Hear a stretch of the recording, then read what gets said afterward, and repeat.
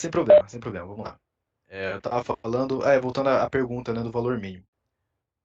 Existem outras formas também de se investir em ação, que é mais recomendável, principalmente para quem está com um valor inicial um pouco, não muito grande, que é, por exemplo, através de fundos ou clubes de investimento.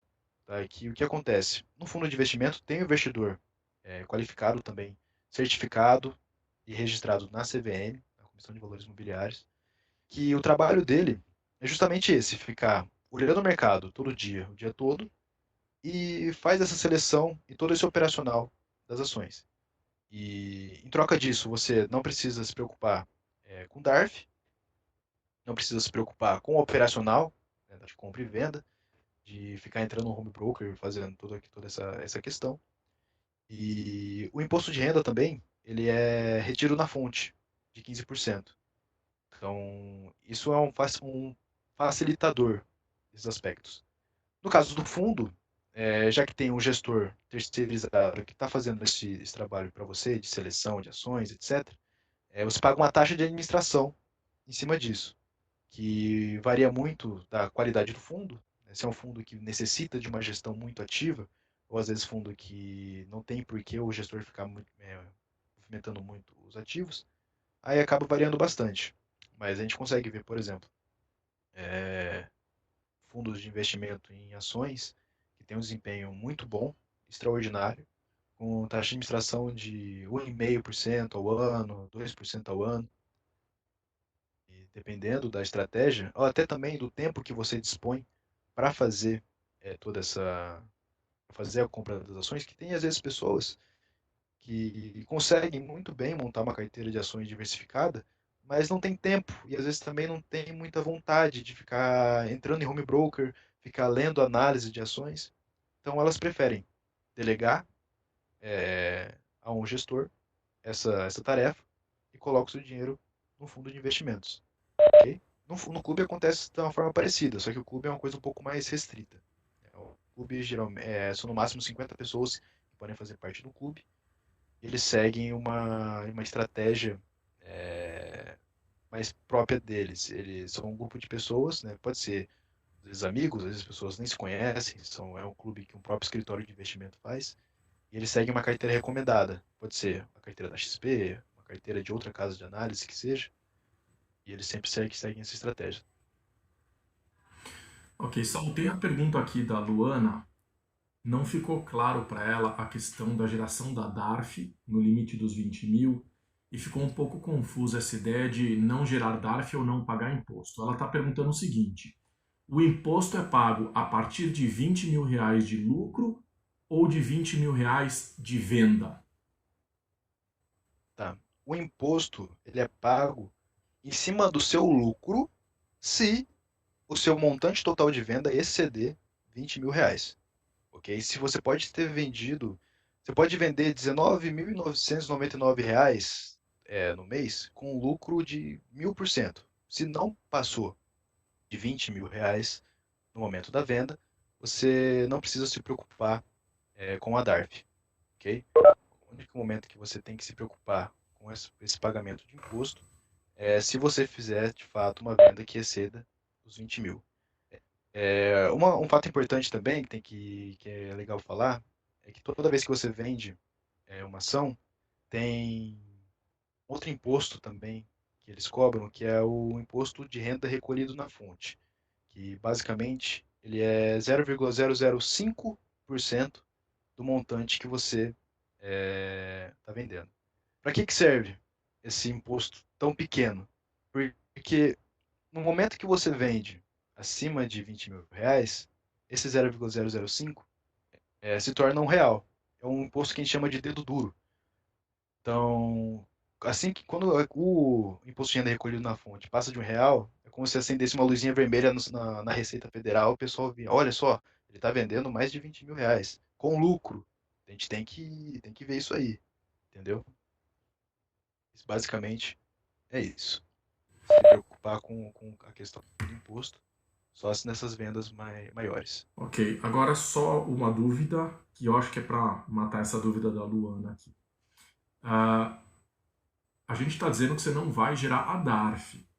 Agora, você vendeu até 20 mil reais, não gerou DARF, mas apurou lucro.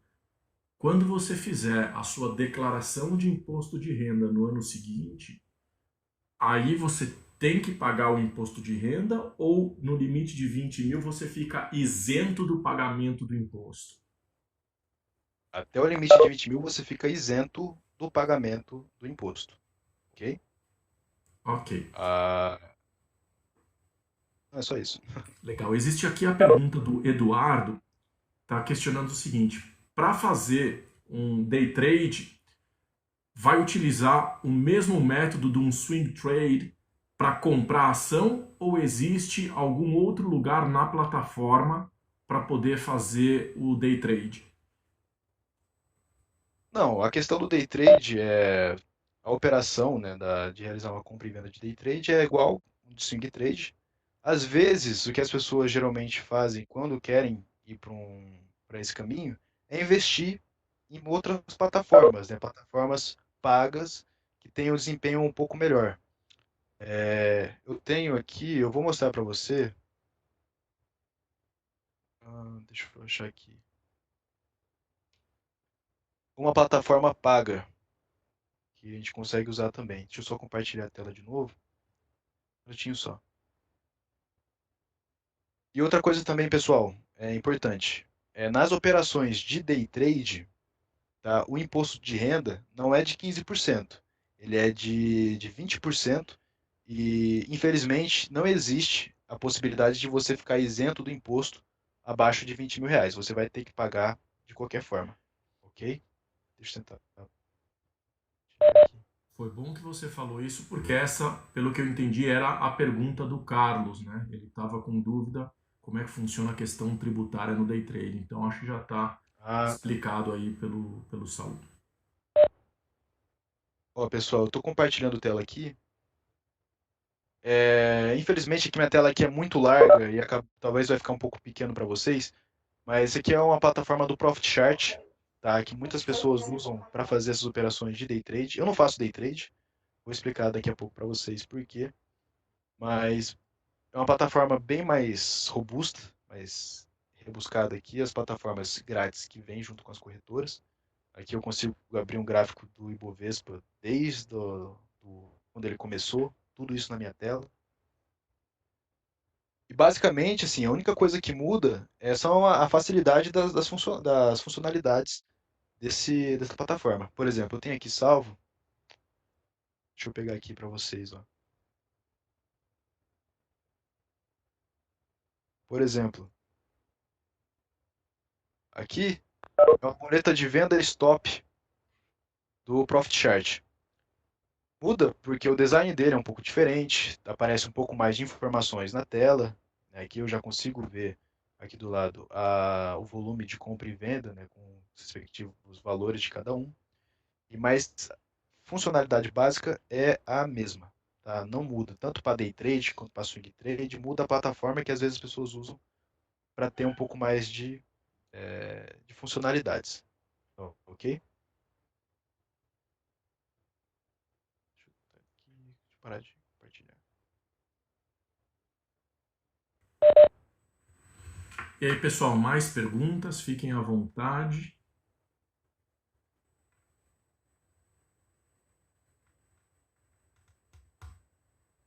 São 8h30. Nós estamos Ah, com eu, 43 contas. Fala, Saul. eu consegui abrir aqui o bate-papo do o Carlos perguntando de uma única operação, cadê? Ou total de 20 mil em um ano.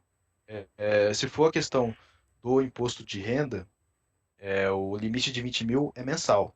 Tá? 20 mil que você vende no mês, ok? Não importa se é de uma ação, duas, três, quantas forem. Se você vender menos de 20 mil, você não se preocupa com a DARF. Se você vender mais, com lucro, aí você tem que oferir imposto em cima desse lucro.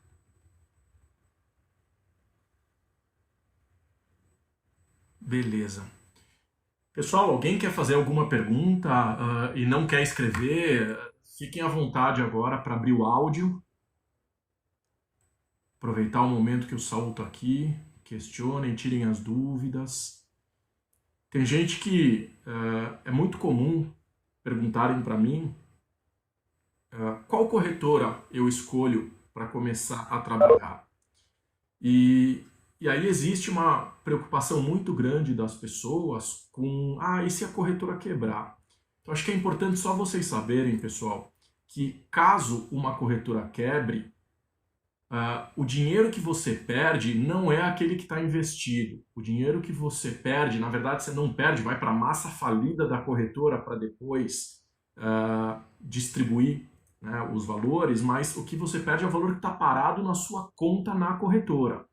A partir do momento que você manda uma ordem de compra de uma ação, o dinheiro sai da tua corretora, vai para a bolsa de valores, a bolsa de valores entrega para o vendedor e o vendedor entrega a ação para você. Então o dinheiro não fica parado na corretora.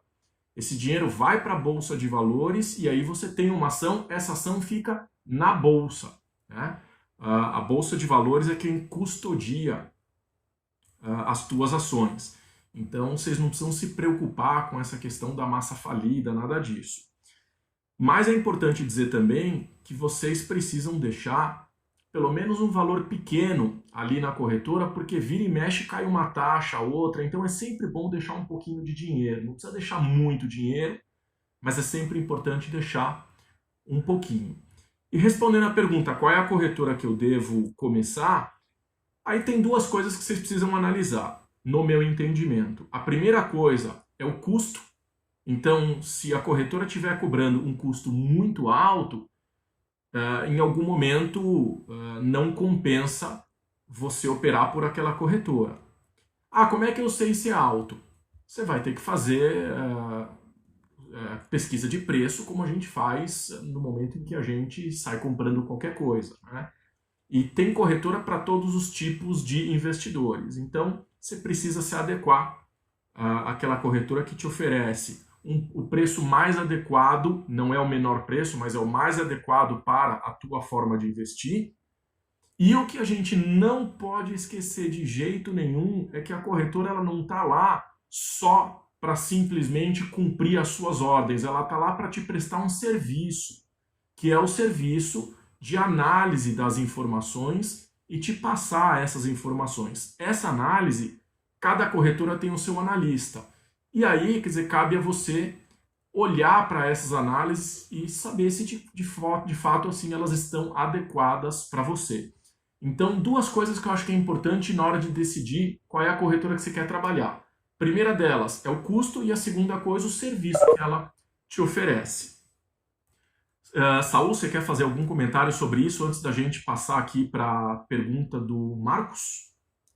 Não, tá perfeito o que você está falando, Boro. Porque às vezes as pessoas, como você falou, tem uma corretora, sempre tem uma corretora específica para um tipo de investidor. Às vezes, o investidor procura uma corretora mais para ele ficar operando freneticamente, ficar fazendo compra e venda de ações o tempo todo. Já adianto, pessoal, que isso é muito difícil de dar certo, tá? Principalmente quando a gente fala de day trade. A gente consegue ver muitos exemplos de investidores bem-sucedidos. Tem o Warren Buffett, que é o mais famoso que a gente vê, que é o maior investidor do mundo. Tem o Peter Lynch, o próprio Luiz Barsi, que é um bilionário investidor aqui no Brasil. Mas é muito difícil você ver um day trader que obtém sucesso, tá? Porque é muito difícil.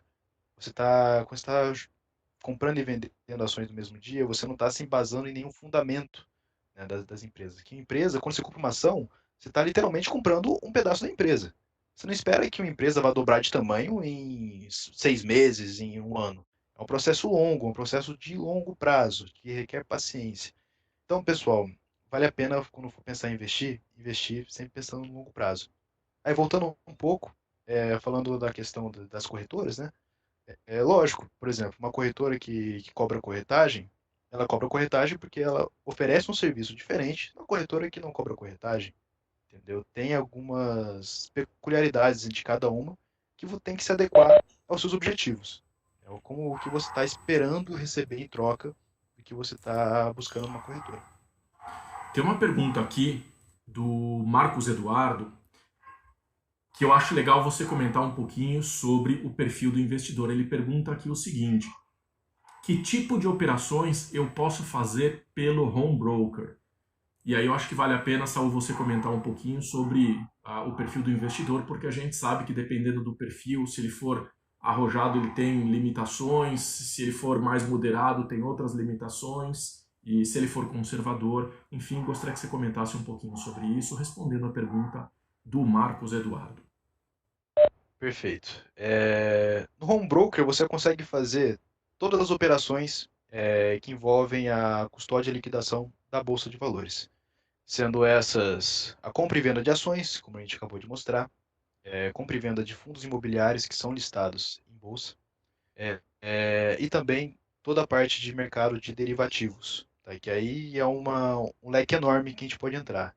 A gente está falando de calls, de puts, de mercado a termo, mercado futuro, que a gente pode, quem já ouviu falar do day trade, né, que faz muito day trade de mini índice, o índice de dólar, todos esses ativos que são negociados em bolsas, você faz isso através do home broker. Agora, os outros tipos de ativo, como fundos de investimento, CDBs, debentures, tudo isso é negociado de uma forma um pouco diferente. Ainda na corretora, mas não tem necessidade de entrar do home broker. Já vai aparecer lá é bem mais fácil, já vai aparecer na categoria do investimento e a lista daqueles ativos que você está procurando, da categoria que você está procurando. Aí, falando um pouco também da questão do perfil do investidor. Do perfil do investidor, basicamente, lógico, cada pessoa tem um objetivo diferente, ela tem apetite por risco diferente também. Então, quando a gente vai montar uma carteira de investimento para um investidor, a gente tem que levar em conta todas essas nuances, ok? Principalmente o prazo que ele está esperando receber, ter o retorno dos seus investimentos. Se o investimento é mesmo para longo prazo, se é uma coisa que você espera ter um retorno no prazo de 5, 10 anos, que seja, e você tem um apetite de risco, você não se importa de ver sua carteira oscilar, dependendo, lógico, da variação, vale a pena colocar um pouco de dinheiro em renda variável, tá? Que seria ações, fundos de ações que sejam, porque principalmente quando a gente olha para o cenário do Brasil atualmente, tá? A gente está com uma Selic de 3% ao ano, podendo chegar, já teve uma nota do Copom que falou que a gente pode chegar a 2,25 até o final do ano, e é uma taxa de juros muito baixa. Se a gente ficar só preso em renda fixa, né, que são títulos que vão oscilar conforme a taxa de juros, a gente vai acabar perdendo muito custo de oportunidade. Porque temos excelentes empresas listadas em bolsa que têm um rating, né, que tem um grau de confiança muito alto que chega a entregar dividendos muito acima do nosso Selic hoje e mais, ainda isenta de imposto, que por enquanto os dividendos do Brasil ainda são isentos. E vale a pena, se você tem uma pequena tolerância a risco e tem um horizonte de investimento mais longo, colocar um pouco do dinheiro em renda variável. Agora, lógico, se você está numa corretora e o seu perfil de investimento é conservador, isso vai te travar em muitos aspectos. Vai ter muitos ativos que você não vai conseguir ter acesso por conta do seu perfil. Tá? E isso vai abrindo, tá? Conforme você vai aumentando. De conservador para moderado, você já tem acesso a mais ativos. E agressivo, de maneira geral, você tem acesso a todas as categorias de ativo, com exceção de alguns ativos que são exclusivos de algumas categorias de investidores. Tá? Que basicamente são três: o investidor pessoa física comum, investidor qualificado, investidor profissional. Investidor pessoa física comum é uma pessoa física que tem menos de R$ 1 milhão em ativos financeiros aplicados e não tem certificações do mercado financeiro que possam dar para ela entre aspas, status de investidor qualificado. O investidor qualificado, essa qualificação de investidor você pode receber ela através Se você tiver mais de R$ 1 milhão investidos em ativos financeiros e atestar, né, por termo próprio que você é um investidor qualificado, ou então através de certificações, como por exemplo a Ancord, que é a certificação que você faz para virar um assessor, é, o CFP. Tem várias certificações no mercado que conseguem te garantir esse, supor, né, esse título. E por fim, tem o investidor profissional. O investidor profissional é aquele que tem mais de R$ 10 milhões aplicados em investimentos financeiros e também consegue ter essa categoria se você tem algumas certificações, como por exemplo, Ancord, CE, etc. Acho que é basicamente isso.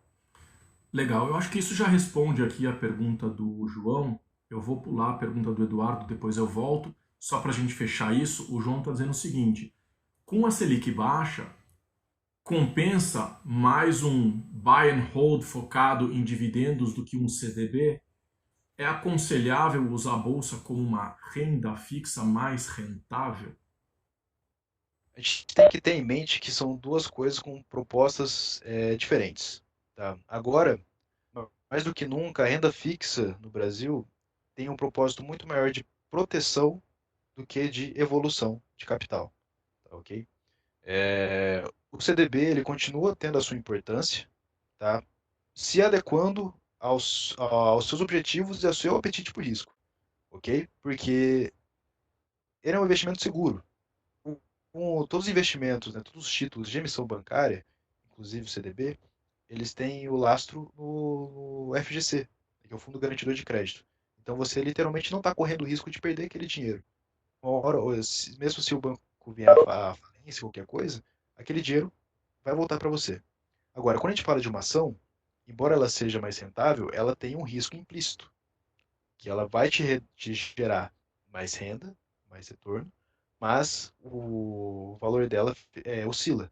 E provavelmente não, mas talvez, né, a gente não consegue prever o futuro, mas talvez você vá precisar desse dinheiro no momento que o preço dela esteja muito baixo.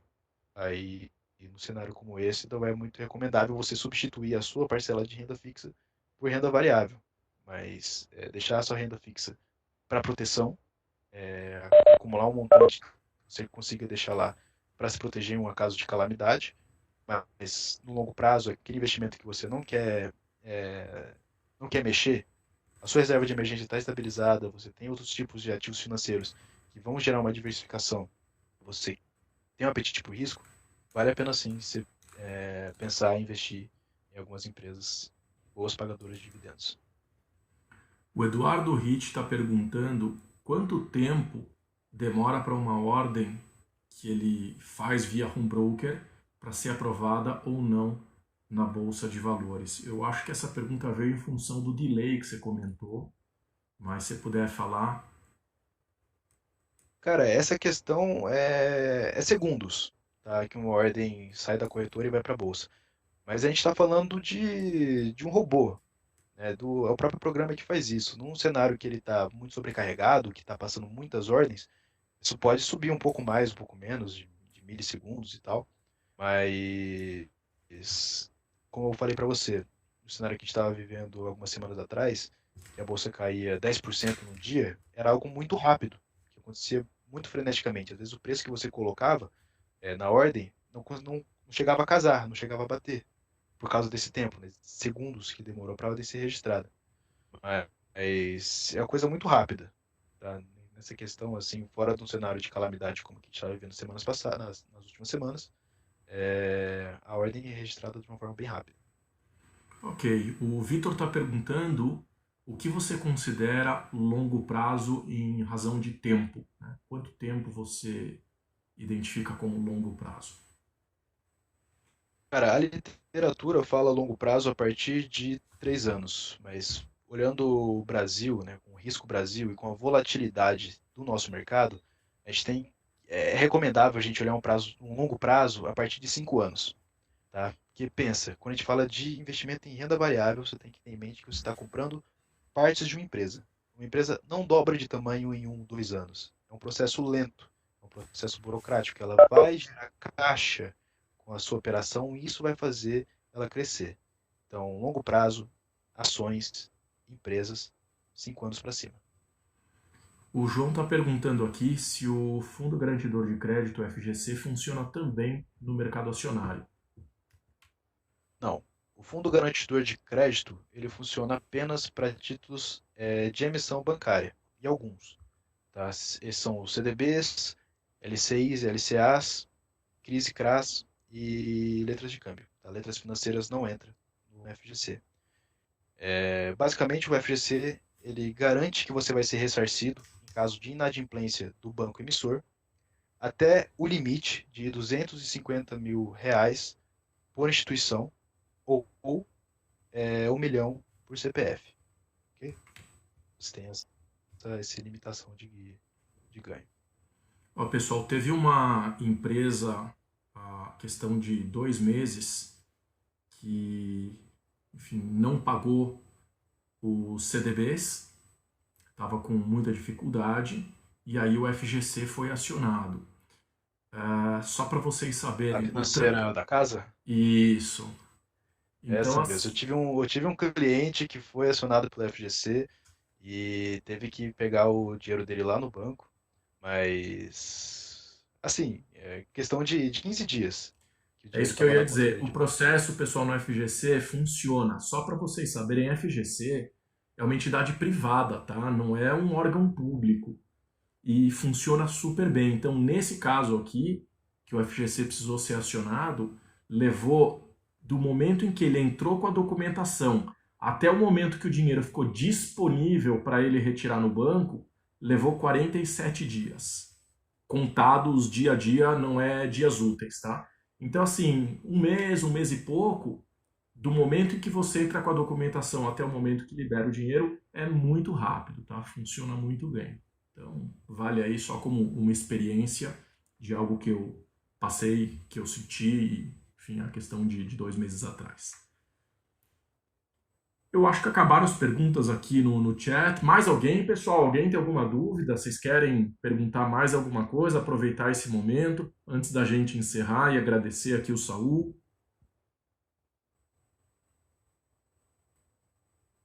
Ninguém À disposição, mais? pessoal. Pode perguntar. Sem dúvidas. Então tá bom. Acho que é importante vocês saberem aí que a gente precisa sempre olhar para o cenário macroeconômico, tentar identificar o que é que está acontecendo no país para tomar uma decisão, e são decisões sempre de longo prazo. E eu acho que é sempre válido a gente lembrar, pessoal, que os investidores, quando eles tomam uma decisão de compra ou de venda, é com base em expectativa, tá? A gente não toma decisão com base no que aconteceu, né? Aconteceu, o mercado já reagiu à questão de, sei lá, 5, 6 horas atrás. A não ser que aconteça alguma coisa muito maluca, como foi no 11 de setembro, agora com a pandemia do Covid-19, e aí as pessoas saem correndo para poder realizar ou a compra ou a venda, seja lá o que for. Mas o mercado ele reage muito rápido. Então, lembrando que mercado de capitais é um mercado de expectativa. A dúvida que a gente tem no momento de investir é qual é a minha expectativa para os próximos anos e quais são os meus objetivos de vida. Então, se você pretende, por hipótese, adquirir um veículo daqui a 2 anos, não é o lugar ideal a Bolsa de Valores, né? Porque o teu objetivo é curto prazo, o teu objetivo é em 2 anos tirar o dinheiro. Então não vale a pena você arriscar um negócio desse. Agora, se você pensa em eventualmente guardar um dinheiro para a tua aposentadoria daqui a 20 anos, e aí você já tem uma expectativa de mais longo prazo, e aí pode fazer sentido você entrar no mercado acionário. Então sempre lembrar dessa questão da expectativa e dos objetivos pessoais. Cada um tem um objetivo diferente, por isso não é possível a gente dizer sim, faça investimento no mercado de ações ou não, não faça investimento no mercado de ações. E a gente, lamentavelmente, recebeu como herança dos nossos pais, dos nossos avós, a informação de que bolsa de valores é loteria. Não, bolsa de valores de longe não é loteria. Então, é uma herança que a gente recebeu porque muitos dos nossos pais e avós acabaram investindo no mercado sem ter absolutamente nenhum conhecimento, e aí na primeira queda entrou em desespero e realizou. Então é sempre válido lembrar, você hoje colocou R$ 100, comprou 100 ações a R$ 1 cada uma, por hipótese, o mercado caiu para R$ 50, né? Caiu para 50 centavos cada ação. Quanto que você perdeu? Você não perdeu nada. Né? Por quê? Porque você não realizou a ordem de venda. Enquanto você não vender, você não realizou o teu prejuízo. Então você continua tendo as tuas ações. No momento em que subir, quanto é que eu lucrei? Nada, porque você não realizou a venda ainda. Você continua tendo as ações. Então muito cuidado com isso, pessoal. Na hora que a gente começa a trabalhar simuladores, tudo é maravilhoso, tudo é simples, a gente ganha dinheiro virtual, fica todo mundo feliz.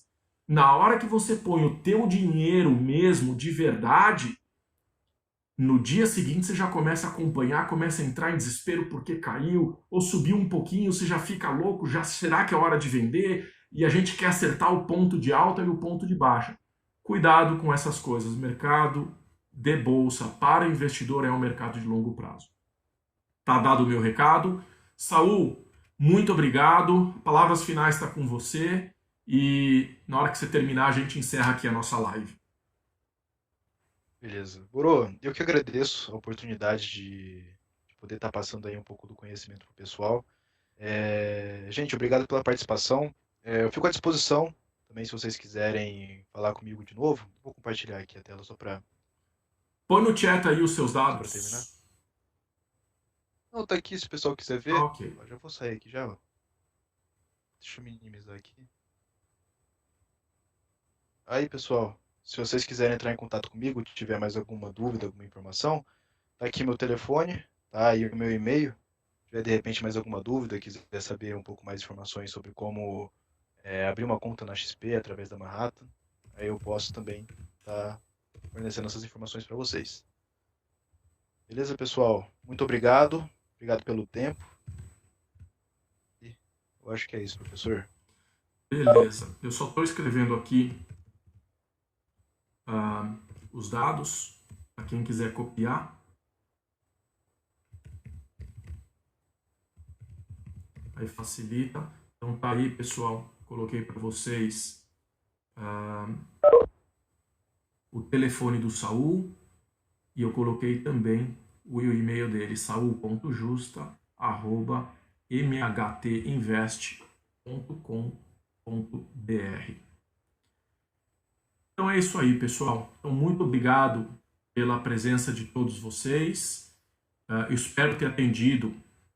Espero que o Saul tenha tirado as dúvidas de vocês e que a gente tenha atendido as dúvidas de vocês, o que é mercado, como é que funciona, como é que eu faço uma operação. Eu acho que é muito legal vocês terem acesso ao home broker para no momento em que vocês começarem a operar, saberem o que é que vocês estão fazendo.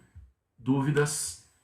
Eu fico à disposição de vocês, Saul está à disposição. Uma boa noite para todos e até uma próxima. Boa noite, pessoal.